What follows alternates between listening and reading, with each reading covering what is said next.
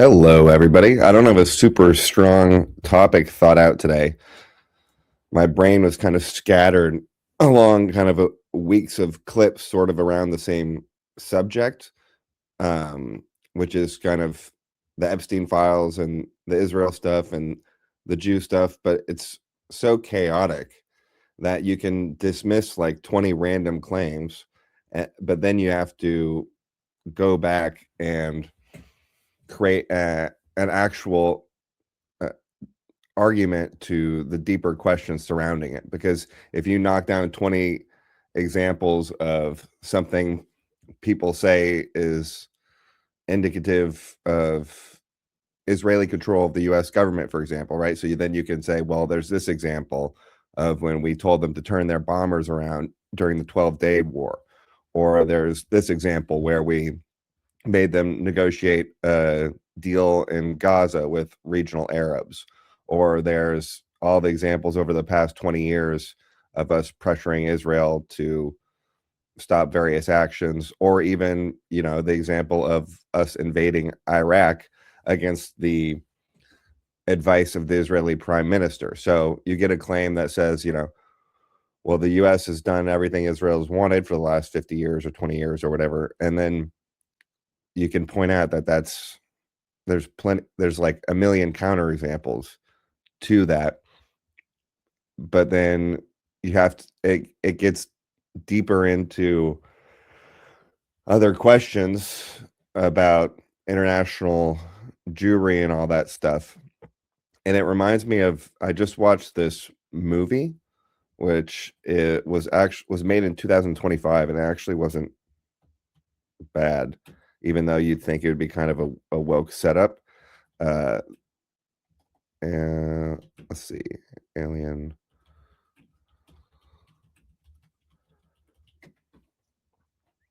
Who's that actress name? Begonia, with Emma Stone, was the CEO of pesticides company, like probably a chemical company or something, right? Like Monsanto or Bayer. And these two schizo guys, the blonde guy who was from the late seasons of Breaking Bad, and a kind of retarded autistic guy, were convinced that she was an alien. And so they kidnapped her. And the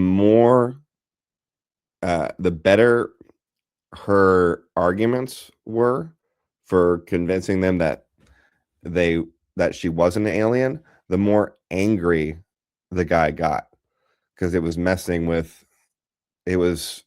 his frame, and he already had a preconceived notion that she was going to try and trick him and convince him that he wasn't an alien. So the better she was at it, the more it confirmed his theory of her manipulative intelligence, basically. And it's the same thing when you try to argue with people that Zionism or Jews don't control the US government. Then the more convincing you are, the more angry they get. And they say things like, well, that might work on your weak-minded followers, or you're getting paid by Zionists to spread this propaganda. And so it's like they treat you like you're Saruman or something, and they're like, oh, don't listen, he's just trying to trick you, because there's already a pre-formed conclusion, and it's the basis of a worldview. So when something becomes your explanatory mechanism for how things work, right? If you think the US has made all these decisions because of Zionist control, then you're going to have to replace that with another worldview by getting rid of it. And that's threatening, and that is destabilizing. And so because these things have become an explanatory mechanism for people, it's become deeply ingrained. And then you get to the point where you're obviously pointing out, well, 70% of Jews are on the left, and more of the Zionist ones are more conservative. So then they'll say they're playing both sides for global control, which takes you so far away from the context of what's happening, which is a huge battle over global government or national sovereignty, and abolishing the WEF cartel, leaving the WHO, dominating Davos, and like destroying these ideas and having political revolutions across Europe that put in more right-wing parties, the destruction of the climate agenda, um, the freeing of various economies that puts a hermetic pressure on Europe or whoever else to change, which they didn't want to do. They wanted the cartel to prevent their oligarchy from having to get rid of some of their economic restrictions that keep them in power. So you can't, that's a totalizing conflict. You can't be on both sides of it in a way that is hijacked for an alternate goal, right? So say people think the Jews are singularly committed to Zionism and like global control through Zionism or something. Um,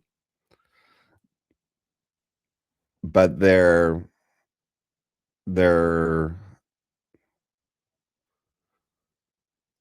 it's like popping a cartel is like popping a balloon. It's like the balloon is either a balloon or you create like a giant change in air pressure that shifts the dynamic. So, all right, so you can't play both sides of that in a way that prioritizes some external goal. So like Zionism doesn't have, well, it's related in some ways, but it's not um, the question of Zionism is separate from the question of whether we have global government.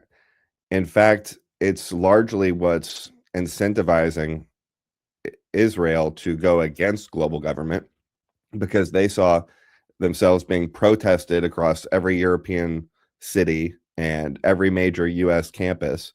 And they read tea, the leaves in the tea, and determined that, you know, in 10, 20 years, if this globalist stuff starts growing or keeps growing, then Israel is going to end up getting thrown under the bus just like South Africa did. And so they realized that their best option was security through free markets like prosperity, right, which can make them powerful, especially considering Europe is going in the other direction and they can outpace a lot of Middle Eastern countries this way, and an alliance with the US rather than this globalist project, which Israel was absolutely helping to build. They were helping to build it along with the US, and they pivoted with us. And so they're one of, ironically, the thing that makes people so mad about Israel often, which is the Gaza situation, is the number one thing that's incentivizing them to be anti-globalist, because the ethos doesn't of colonialism doesn't really fit with the leftist Marxist globalism. A lot of the reason many of these CIA guys like Jeffrey Sachs are mad at the neocons is not because they're against empire, but because the neocons were kind of so belligerent and sloppy that it was making China mad and messing up their plans for, you know, the WEF. So that's like the worst case scenario. That's the whole game being played. So when you try and make the central thing about Zionism, it's like that's not that's not your thing. That's not the story here. That's just like one country. The point is countries being able to make their own decisions and not having global digital totalitarianism. Like what all the EU right now is, they're still talking about censoring speech and regulating social media and trying to get those norms, pressure the US to enact those norms through fines on their social media companies. Mike Benz recently was talking about how the 2008 election surprise, and maybe they'll do this in 2026, will be to have all these international countries fine the US social media companies at the same time with massive fines to bankrupt them unless they censor their content in the US. They literally they want to censor not only their own populations through those platforms, but they want global standards for like speech regulation. Right now in the UK, people are getting arrested for speech. It's literally it's the hysterical slippery slope argument the right was making 5 years ago is full blown enacted in the UK. And it's exactly what Kamala and Biden and all those guys were planning for the US. So, I mean, it was only stopped by Elon purchasing Twitter. They already had soft control.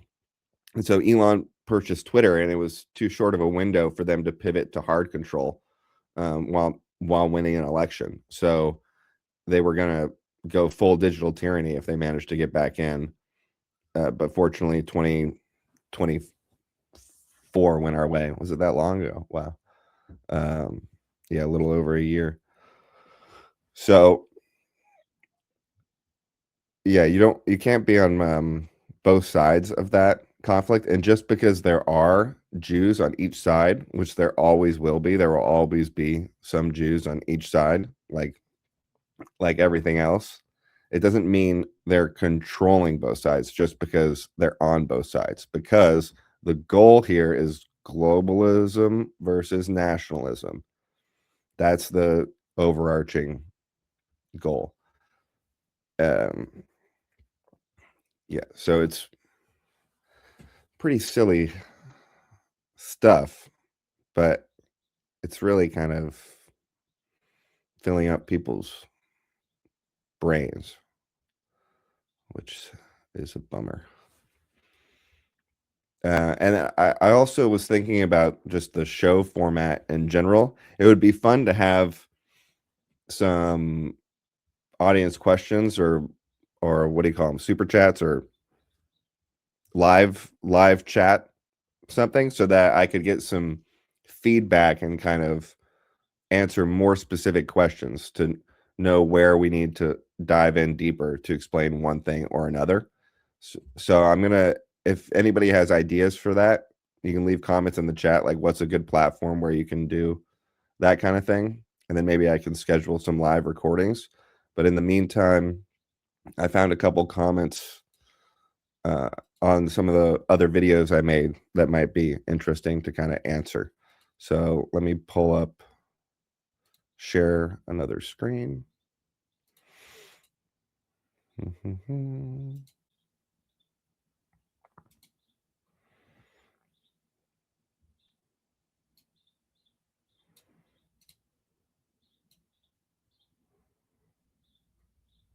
Okay, yeah, this one.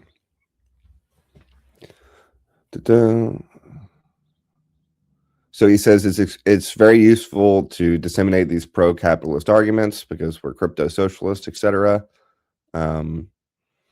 Reacting is great, but you should consider sometimes producing topical videos to answer questions or difficulties the audience may have. So, I mean, I have some articles on my Substack laying out some foundational concepts and some history and some terms, and a breakdown of the political psychologies and probability matching and regulations, and articles on various things like that. Also a great concept, since it's Black History Month, which maybe would be good to make a video about, uh, would be Black progress relative to white and economics. So I think the graph I had it wasn't even income, it was like wealth. So it was a good metric, and it showed that wealth per capita, Black people relative to white people, increased so Black people caught up about 5% per capita every decade from the end of the Civil War all the way until 1970. And ironically, it was after the Civil Rights Movement when Black people finally stopped catching up to white people in economic terms. And then you have the expansion of the regulatory bureaucracy and all that stuff around the same time, the welfare, leading into the drug laws and all those typical narratives. But it's just kind of ironic that Black people did much, much better under actual racial discrimination, redlining, whatever you want to add in there, than they did under a expanded progressive government. That's what really killed the progress. So, yeah, it's good to, I mean, we kind of beat a lot of these left wing narratives, but now that kind of the dissident space is going after Trump in kind of a black pilled way, which is fine to go after Trump, but we're not arguing against the left anymore, and a lot of people still believe these things. We're not even arguing for a positive vision on the right. We're just arguing about whether Jews control the world, which is not really a great place to be in. Let's see.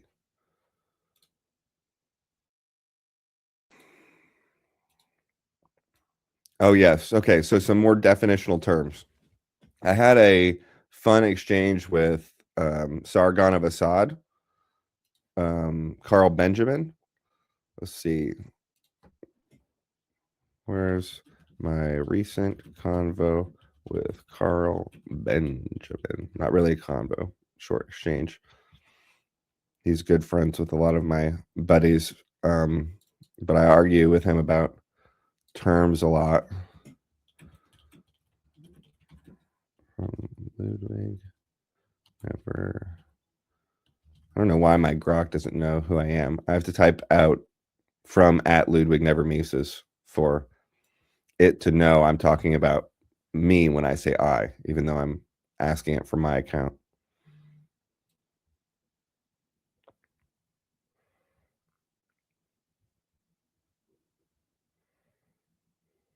Yes. Give me the link to the Jan 31 post. Grok also never gives me links that I can click unless I ask for it. I have to ask every single time. All right. Let me minimize this old page, add something else to the stage. Share screen. Carl Benjamin. He's pretty Welsh, I found out from his ancestry. He also had 1% Bantu and a couple other things like that, which I thought they got rid of those lingering percents when they readjusted the kind of the metrics that were erroneously picking it up. But maybe Carl's actually Bantu, so, or maybe they haven't fixed that in England. But here is the page, right? So he says, just so we're clear, it isn't communists or fascists destroying society. It's the liberals. Ooh. So it's not those extremists you guys are talking about. It's the people running the show right now. They are destroying society. That is totally true from that framing, right? But I don't want political framing to be blue-pilled progressive normies, Antifa, and quote-unquote fascists. Even though, like, yeah, maybe Carl's trying to own the term, and he has plenty of good ideas that aren't fascist. He has maybe some bad epistemology that is fascist, but it kind of goes into this framing. But there's just no need to stick with this framing because it's the left's framing. And so it keeps you trapped in their paradigm. And maybe it's like an attempt to blackfish it, which is a Game of Thrones character who was called Blackfish or something derogatorily. So he made it his name and owned it, and then it was cool.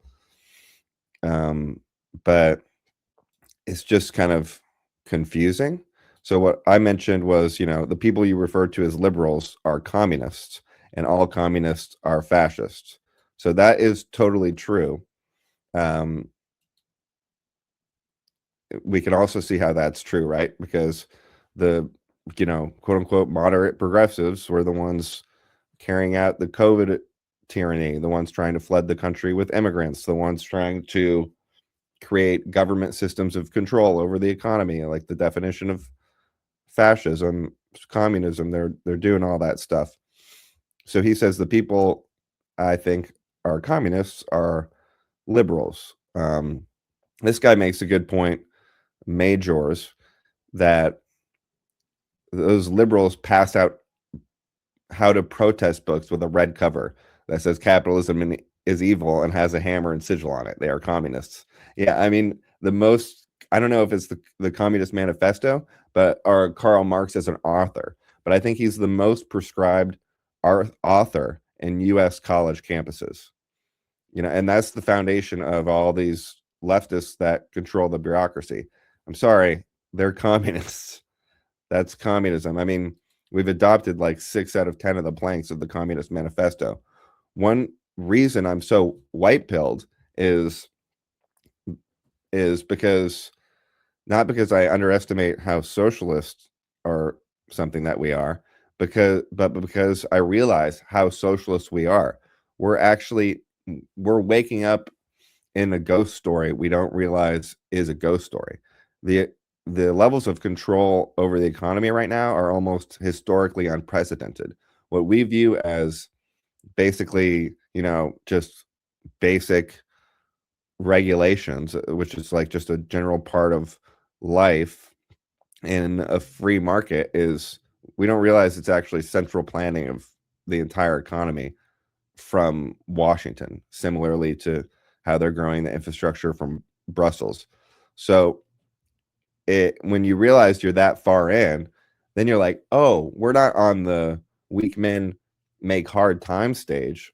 We already have an opportunity for hard men to create good times right now, because the weak men already created bad times.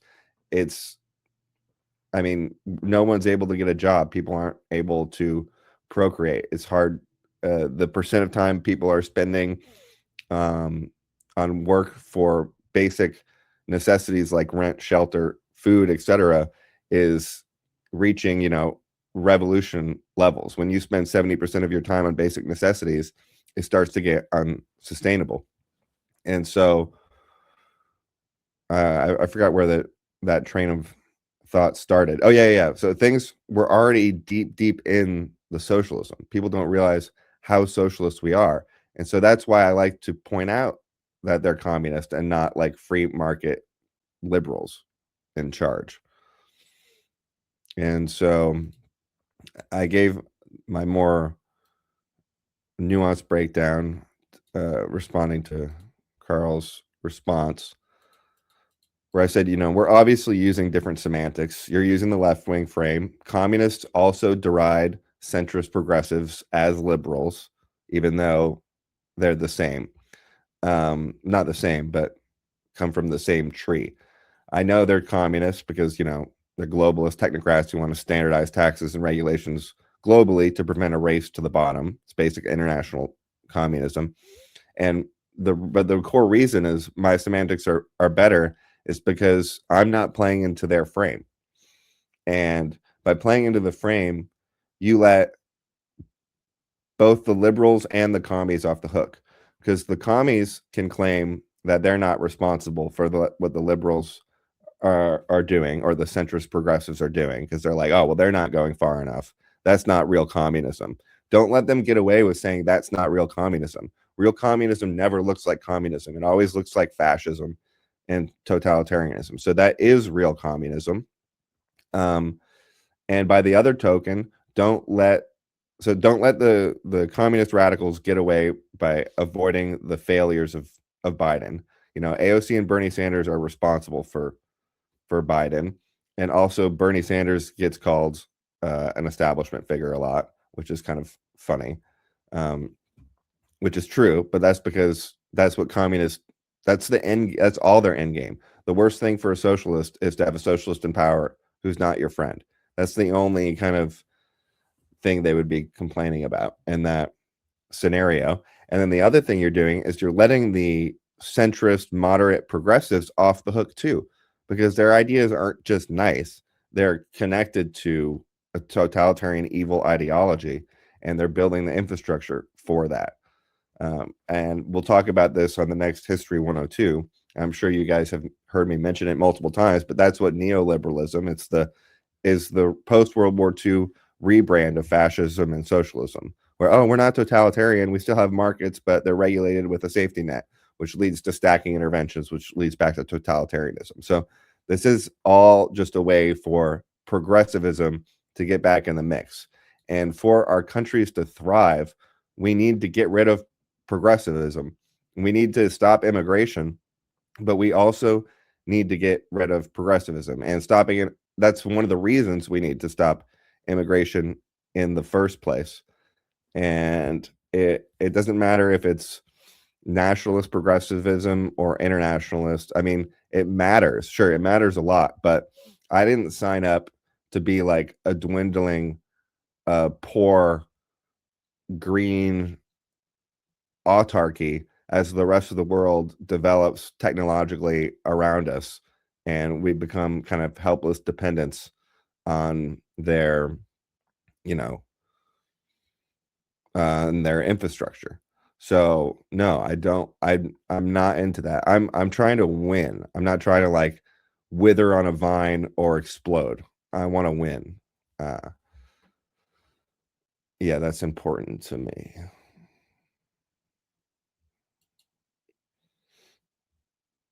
I don't want to just make sausage with bad meat. I want to improve the quality of the ingredients.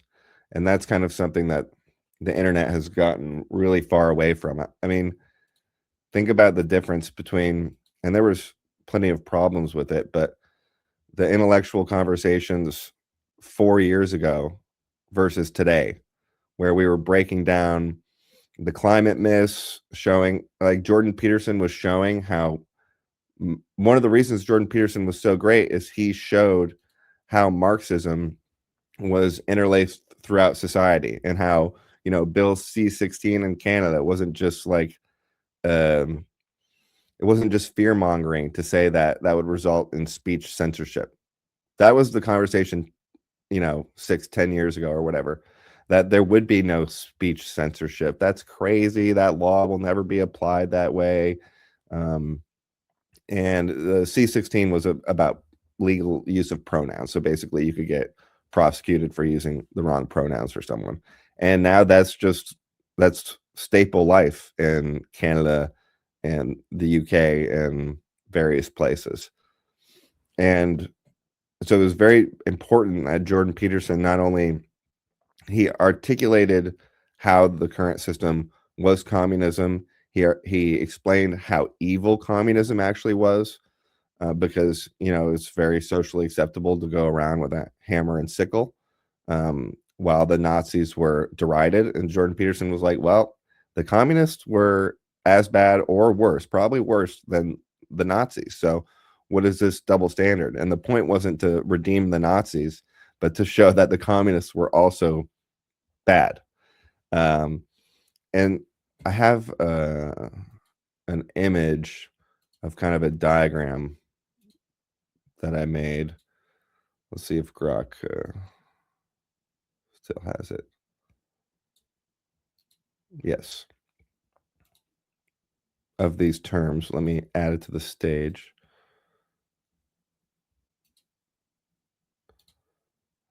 First.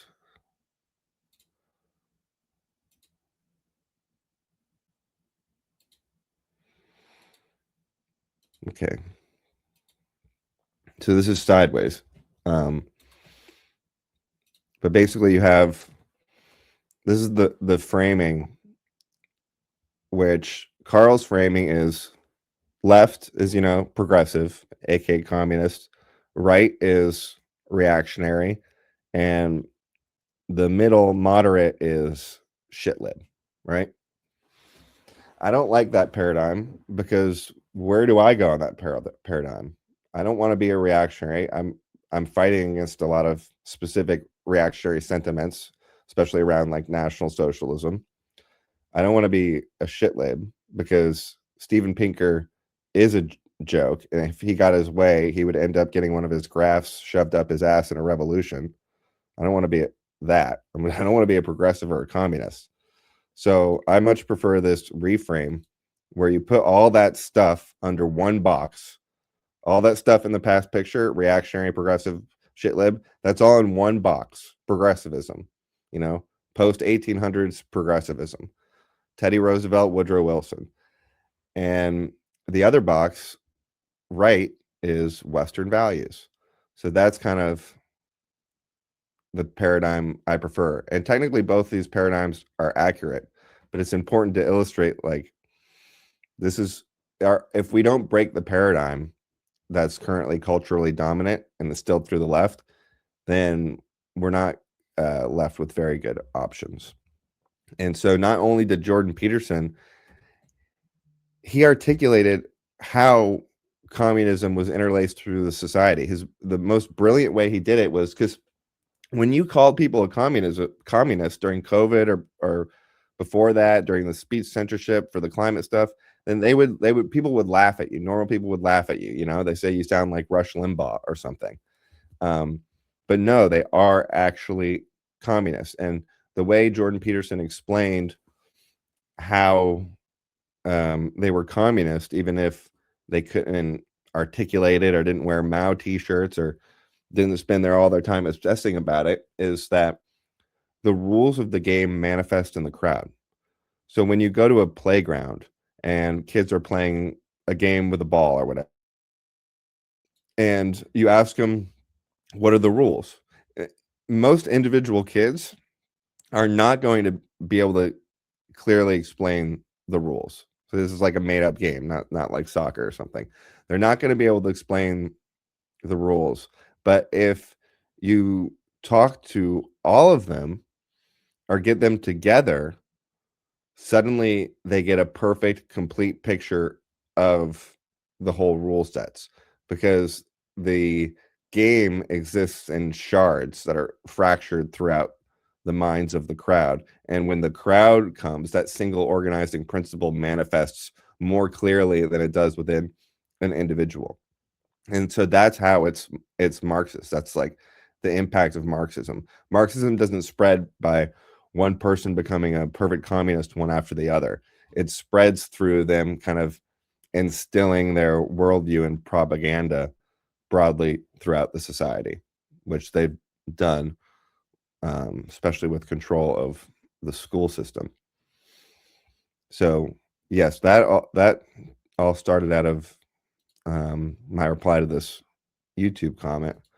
So let's go back to YouTube and see where we were there. See if we got another comment on that video worth discussing. And yes, right down here. So this relates from Shays 610. I do think we need a Cincinnatus, Washington, Lincoln, or Roosevelt figure who can come into the system Trump has disrupted the system to enact massive reforms to. I would like those reforms to be libertarian reforms enacted and not woke leftist or Fuentes type reforms. I think there isn't a monarchical type leader to enact and oversee proper reforms. China wins and the US gets balkanized. So he thinks if we don't get a monarchical type leader to enact and oversee proper reforms, China wins, US gets balkanized. Okay, so this is a perfect example. So there's this thing that happens, right? Where we have this giant unconstitutional bureaucracy. It is 100% within the original founder's vision for the executive and Supreme Court to strike down as much unconstitutional bureaucracy as they want, regardless of Congress. That's the point of the check and balance, is that the executive and the Supreme Court, this is just one example of a check. They can also check Congress, and this is how they can check Congress, because the executive can say, hey, this needs to be abolished, and then the Supreme Court rules if that's constitutional. And it turns out 90% of what the government does is not constitutional. And we have a Supreme Court that actually agrees with that, especially on a lot of domestic or economic issues. And so that's a huge opportunity to get rid of a huge chunk of the most damaging parts of the government through legitimate constitutional means. But because this is being enacted through the executive, the leftists refer to it as monarchy, and they host no king's protests. So I don't want to lean into their framing and say, yeah, we need a king. Oh, yeah, Napoleon was so great.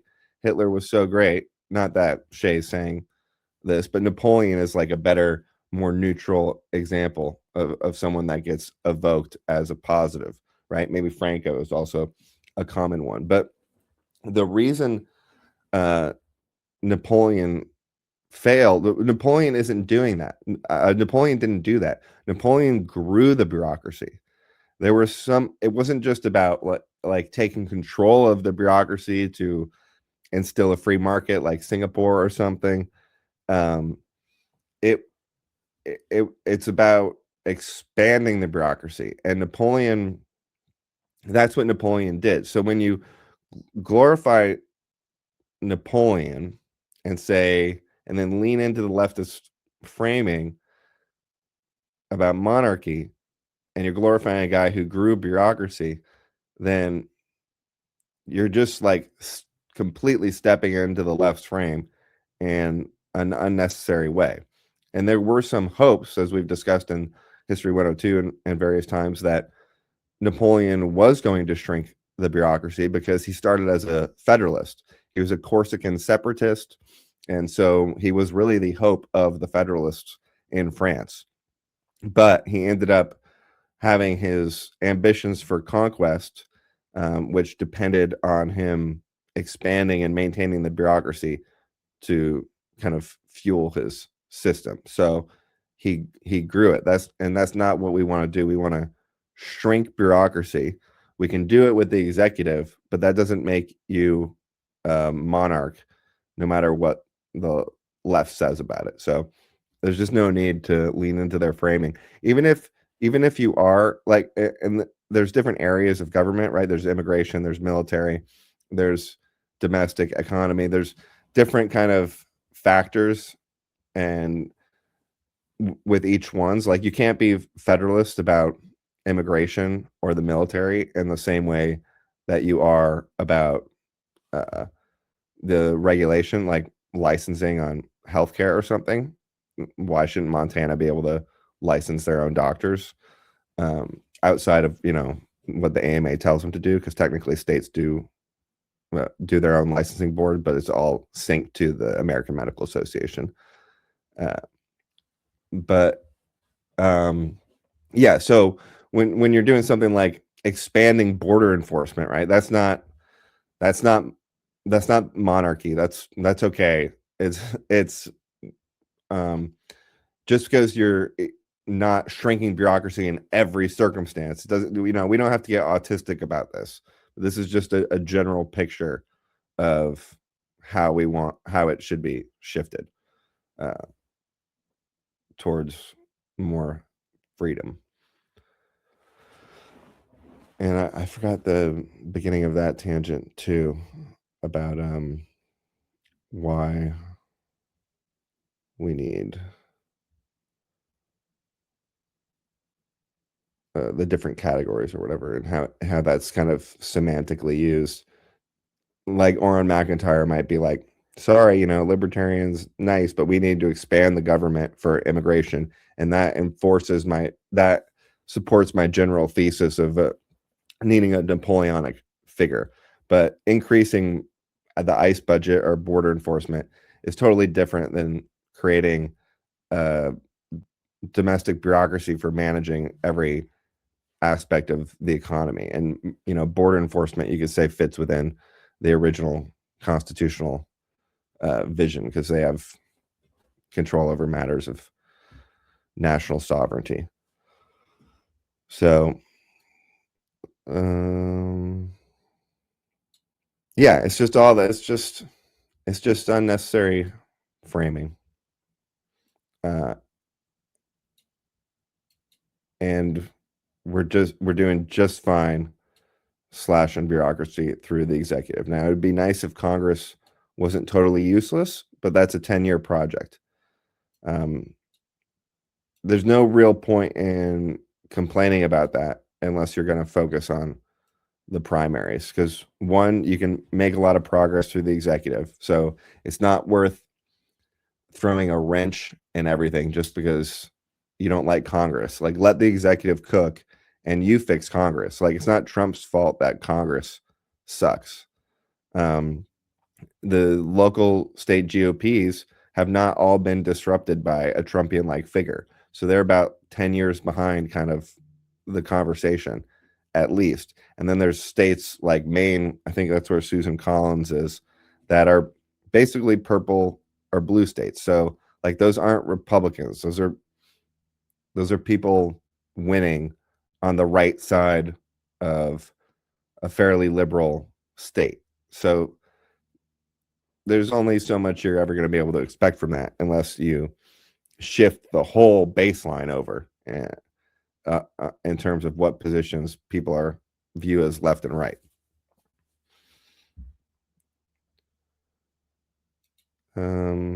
So that, yeah, that was all pretty long rants. I know there's various points I can add to that will tie in, but we're at our 40-minute mark. Let me see if I can. Oh yeah, I thought this was also funny. At the end of this comment, they also said, "Don't take this personally, but you have a fairly monotonic way, monotone. I'll just say monotone way of speaking." And they gave me a YouTube video to improve my communication style. So I probably do need that, but I'm also thinking to myself and talking out loud, and that increases the amount I'm doing monotone because I'm kind of buying myself time to think of what I'm gonna say and deliver it in like a consistent outburst. That's probably not the best idea. But when I talk to real people, I don't always talk like a robot. It's a lot of it is contextual. So that might be where the live streams end up being useful. Or yeah, the audience engagement. I think that would be fun. I think I would talk a little bit less like a robot.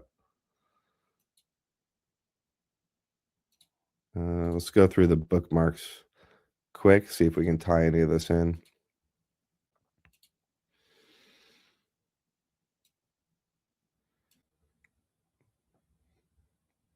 Yes, I did end up finding a bookmark that I could tie in. So I'm just going to put it back here in this part of the video.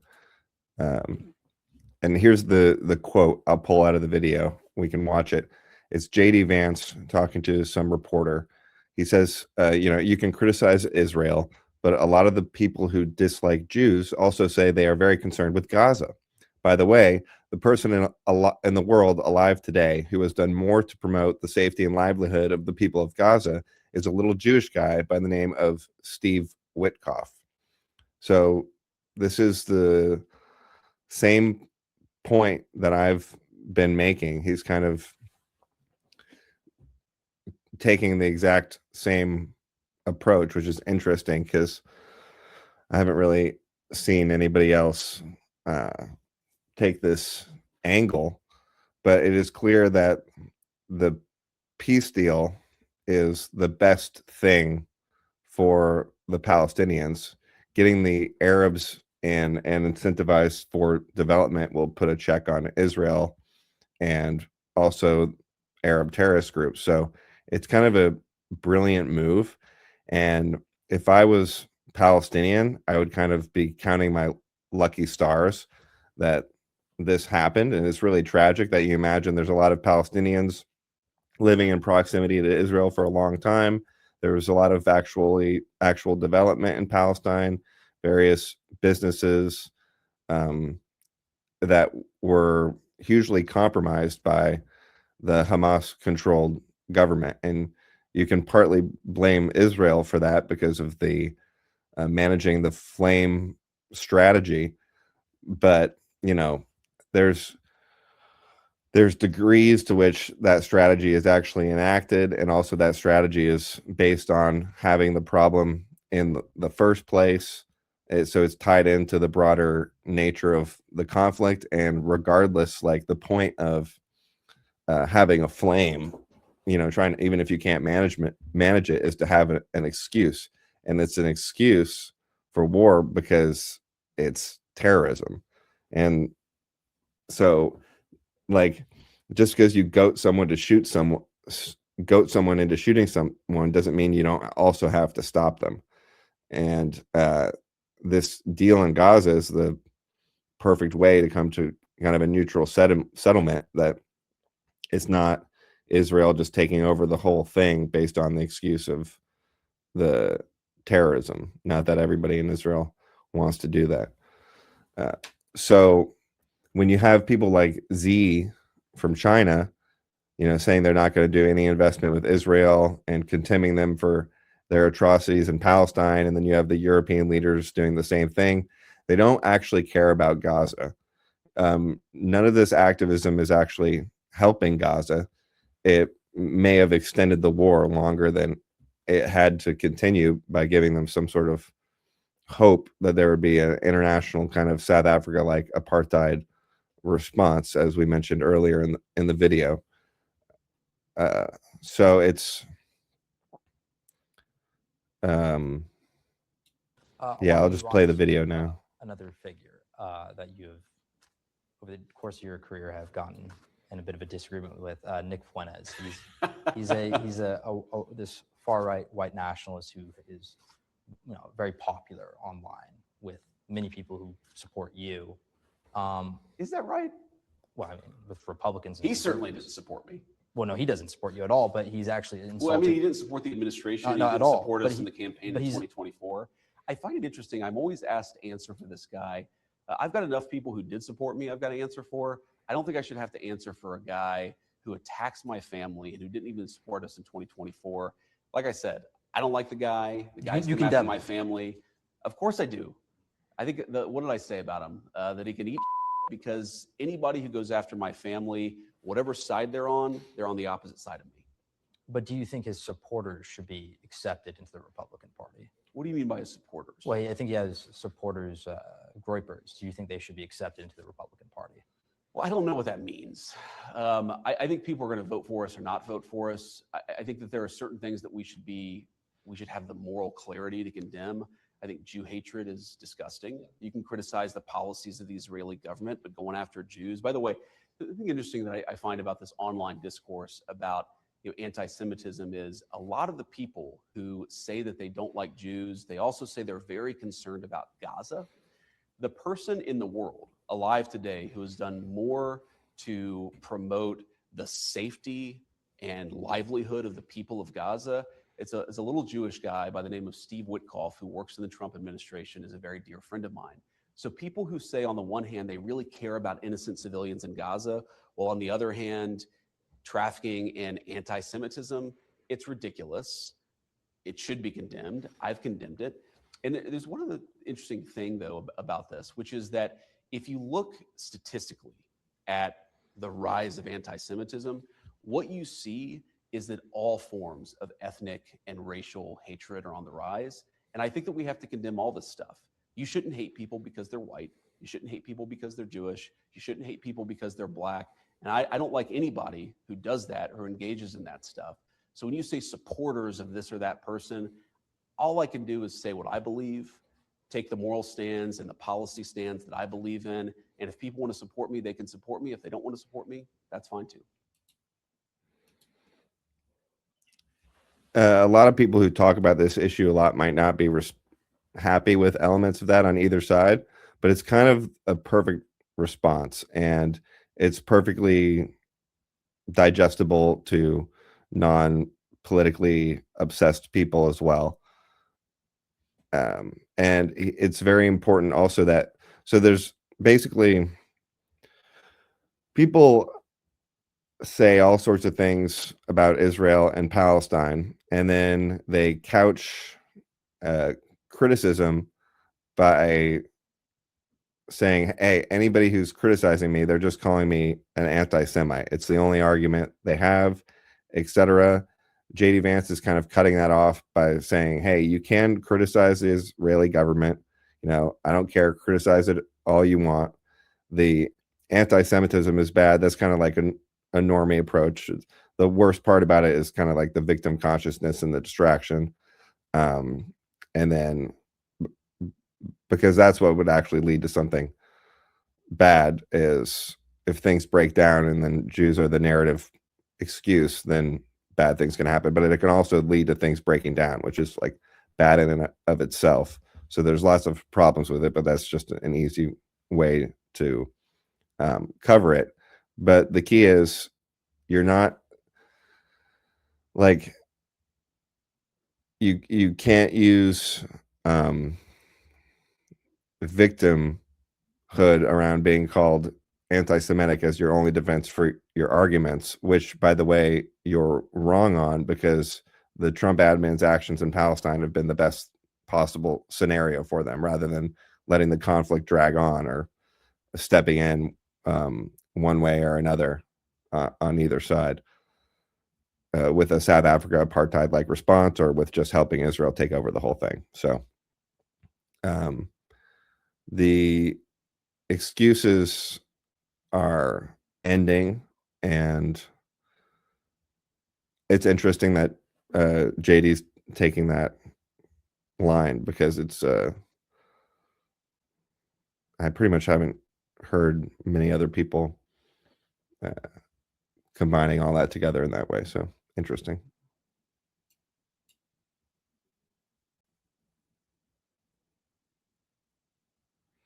Oh, I guess an update from the last episode on homes.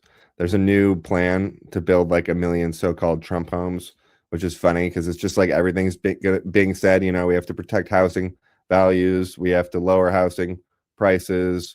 We want to build cheap homes in nice areas. So I think the best way to think about it is, well, obviously Trump's saying something for everybody, but the general point is, yeah, build, but don't mess up zoning to put low income house in wealthy neighborhoods. So like where you build makes a big difference. So there should be enough space for everybody,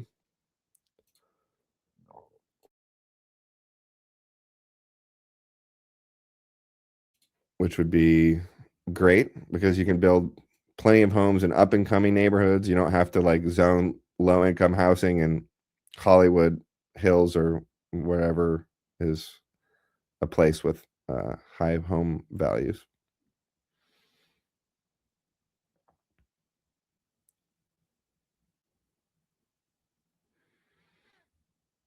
Oh yeah. And then with the Epstein stuff, it's so funny.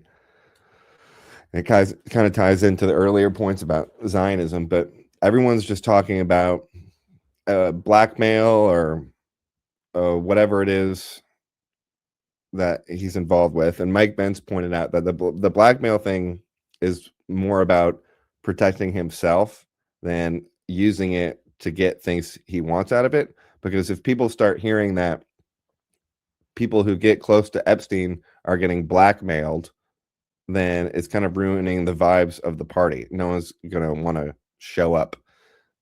So the blackmail is more about kind of mutual protection / they just don't give a shit what they're doing because they're degenerate elites. And but the broader point about it is, what was Epstein helping to construct through his network? And like Mike Benz said on Rogan, there's literally 1,000 Epsteins. And what they were trying to construct is global government.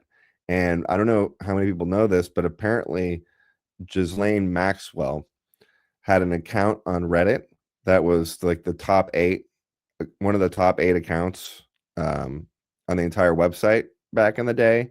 It was maybe one of the top ones for world news, which was the most trafficked news site in the world throughout the 2010 to 2020 Reddit age of Reddit dominance, before they started censoring everything, starting with Trump.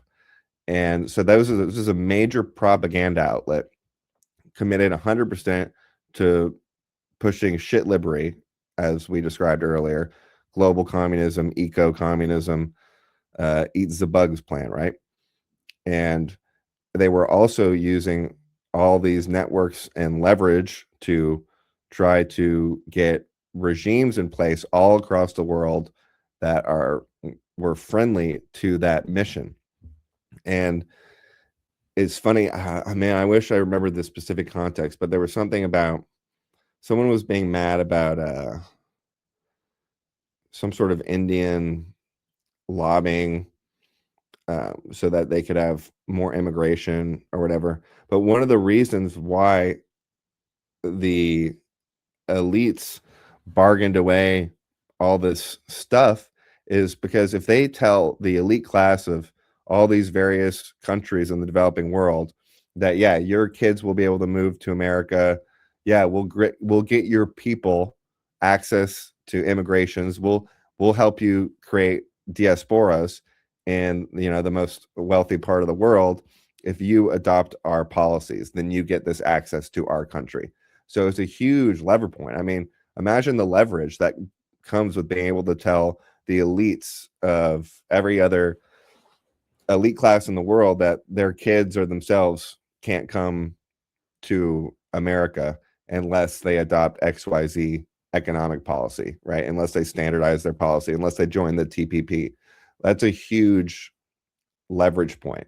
And it is our elites selling us out for that, but we're the ones in control of the situation. We're the ones selling our, you know, bodies and soul in that respect. Are the elites are auctioning off on our behalf. But that's all US leverage and US power projection. Like we're the king in that scenario. And so it's just another example of like talking about foreign influence on the US is it needs to be done in connection with an acknowledgement of our powerhouse nature and projecting our worst values onto the world, which are the ones we promoted, which were the leftist ones. You know, global homo, that was our infrastructure and our network that we set up. So it's like, what was Epstein doing? It was like something for the Jews, something for Israel. He was raping kids or whatever. He was building international government. And a lot of people who criticize Epstein have been fully on board with his mission for the last 10 years. I made this point to Brett Weinstein when he was, I don't remember what he said about Epstein. I was like, maybe some self-reflection is warranted, because Epstein's mission was growing the WEF network and global government, which was to standardize taxes and regulations to prevent a race to the bottom. And that's exactly what Brett Weinstein and every other progressive and most centrist and Republicans have supported for years. You all agree with Epstein. Epstein is blue-pilled mainstream American policy pre-Trump. Trump is the only thing disrupting that. That's the whole point. That's why they're happy to try and like tie Epstein to Trump now and try to make it that weird conspiracy, because like Epstein is aligned with them instead of Trump. So they're trying to mix that up. So cutting down to like, what were they actually doing? What is the project? Like, what is the pinky in the brain evil plan here is all you need to know about who's on what side, who's on Epstein's side or not. If you're trying to build global government, you're on Epstein's side. I don't care if you've never been to the island. Those are the sides. So congratulations, and I guess don't be Team Epstein. Yeah, and let me know if you have any thoughts about formats or comments or live streams, because I think that would be fun. But until then, ciao. Have a wonderful week.